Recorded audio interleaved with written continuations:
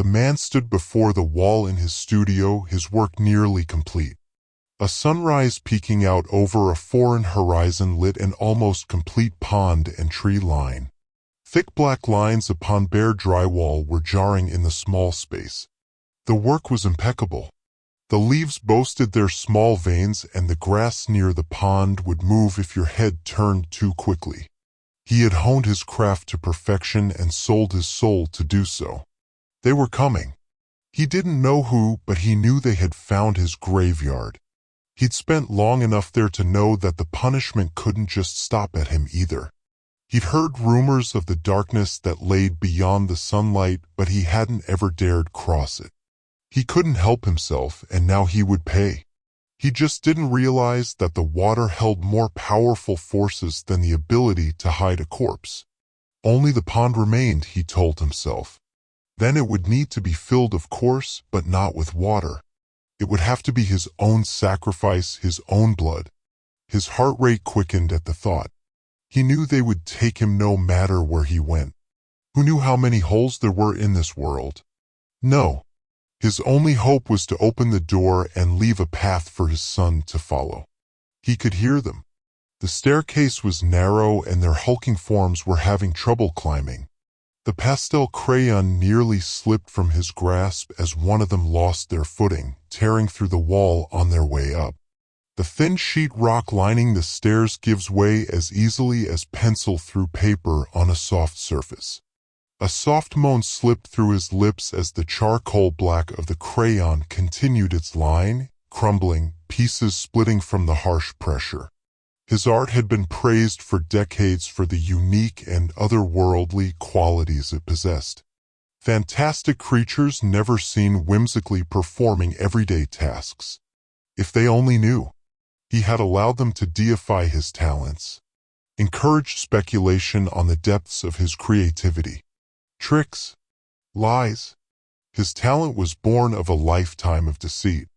His only real talent was that of a memory that could not forget even if it wanted to. Even now he could clearly see the landscape in his mind. The tree line and path. The pond. An inhuman cry of pain erupted from the opposite side of the wall. One of the creatures was gouged as a step split beneath it, its flesh tearing as it sank. I should have told him. Warned him. Anything but this. Oh God, Jarek, I'm sorry. His thoughts were ripped back to the present as the other creature reached the top of the stairs. A thick scratching sound followed by a screech and more drywall crumbling beneath their size. His breath poured out of him in great heaves. Sweat, far past beading, streamed down his face into his eyes. He didn't notice. He couldn't notice.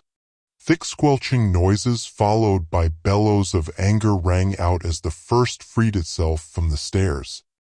Black smeared in a thick blotch as the pastel broke beneath his pressure, pressing into the drywall. Another moan, much louder now, escaped his lips. The man whirled away from the wall, his mural eyes landing on the small bookshelf resting atop the cart opposite him. He lunged for it.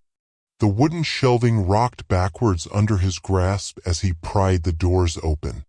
How could I have explained this to Jarek, he thought. His mind flashed in images of his discovery. The blood from his nose falling on the pastel. The final stroke being completed. The doorway is taking shape. Selfish. Stupid, the man said. A small pencil case blocked the cup he needed. The cup with the markers and oil crayons. All black. It was one of 20 more in the container. All utensils are organized into color. Size, shape, ink, lead, it does not matter, only color. The pencil case smashed into the wall to his right, his other hand scooping the cup in a great arc. The rim of the cup caught the lip at the top on the way out, toppling the whole thing onto the floor, his precious instruments spilling. He glanced downward and forced himself to turn, a cry of frustration escaping his lips now. The flashes continued. The oasis, the creatures exploring him, his terrible idea forming as they began to trust him. His free hand removed a single marker from the cup and jammed it between his teeth as he took great steps back to the wall, not noticing the taste of blood from the gash in his gum it caused. Glass shattering. The refrigerator rocking as a great weight pressed it back, followed by a second crash of the refrigerator door being torn free, contents breaking against the floor and each other. They were coming too quickly. "And oh," he shouted. "Please." A deep snarl was the only answer he received. These horrors were so unlike the others he had encountered. These were as violent and black-souled as the others had been beautiful and loving. How naive he had been to think things would go unpunished.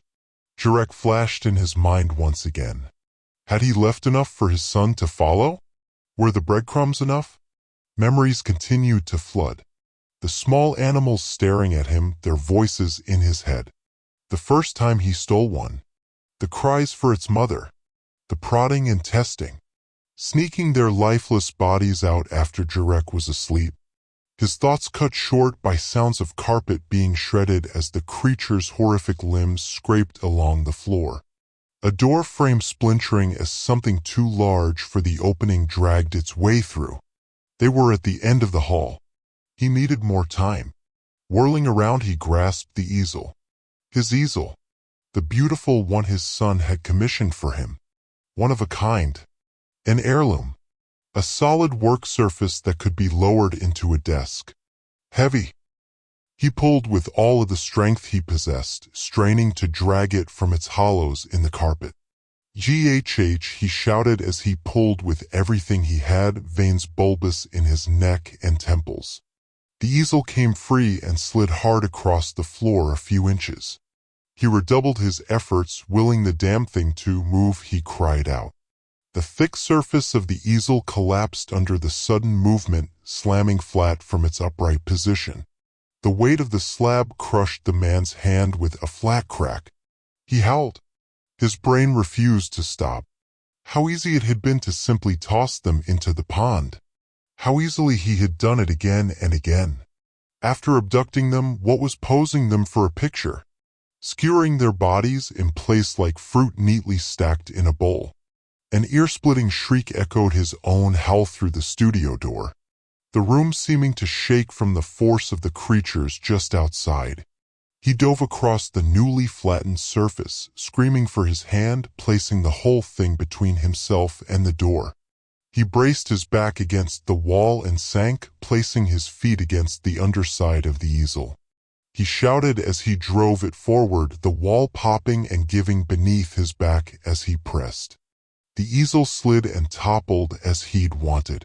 He rose and buried his shoulder into the underside of the monstrous object, pushing it as close as he could get to the monsters coming for him. It was the only hope of holding them long enough to finish. The door nearly crumpled as it was hit. The top half folded inward, a large crack running from the knob to the top of the opposite side. The door collided with the upturned desk, jarring the creature back as it jammed its limb through the opening. It screeched wet and wretched this close. His heart nearly stopped at the sight of the limb protruding from the monstrosity. The flesh was rotting away before his eyes. A claw with only 4 gnarled talons that far too closely resembled a human hand scraped at the blockage.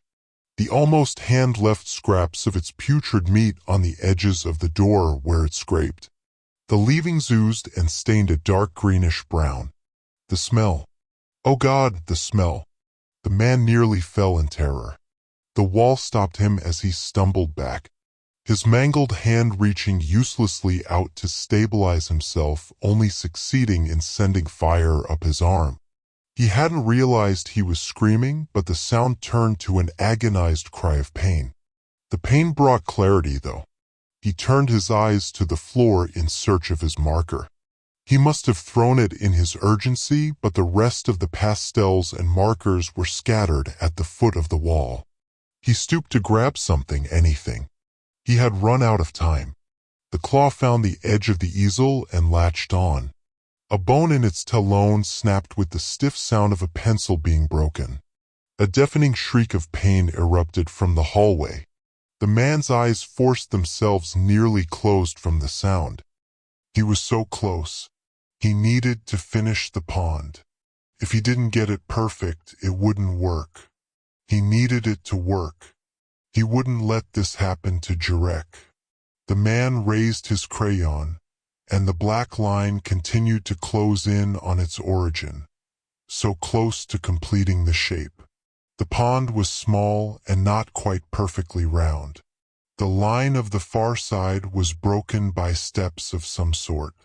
The door gave way and two more of the nightmarish arms appeared.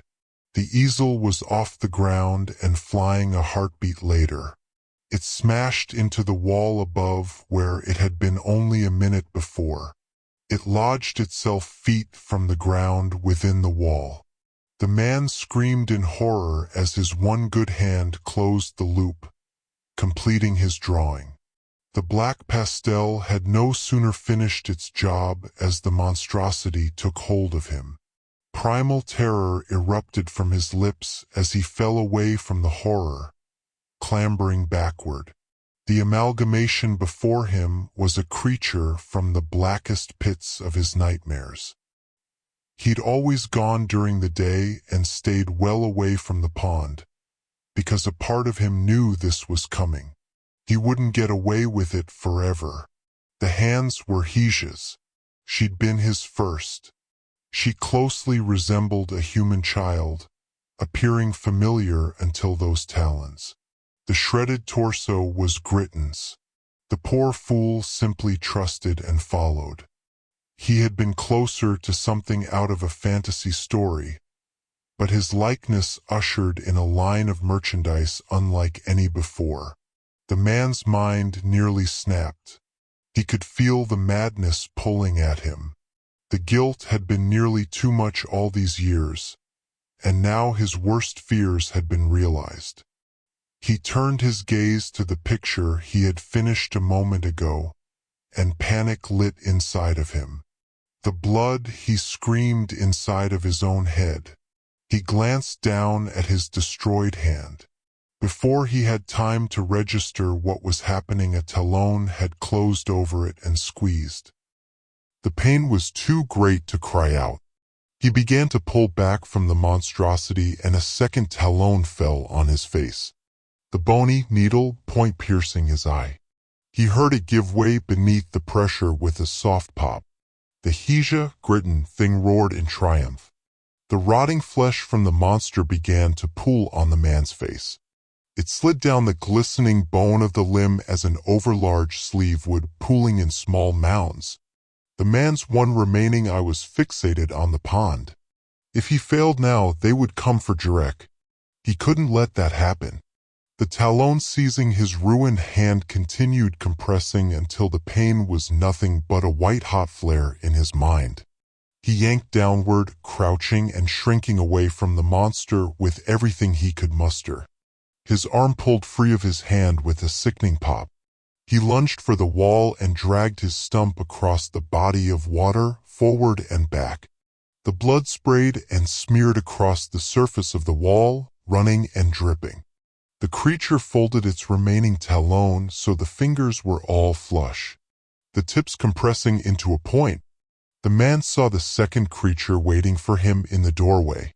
It simply watched as he used what was left of his limb to streak the wall, his head skewered the same way he had treated all of them, a smile playing at the edges of its grotesque mouth.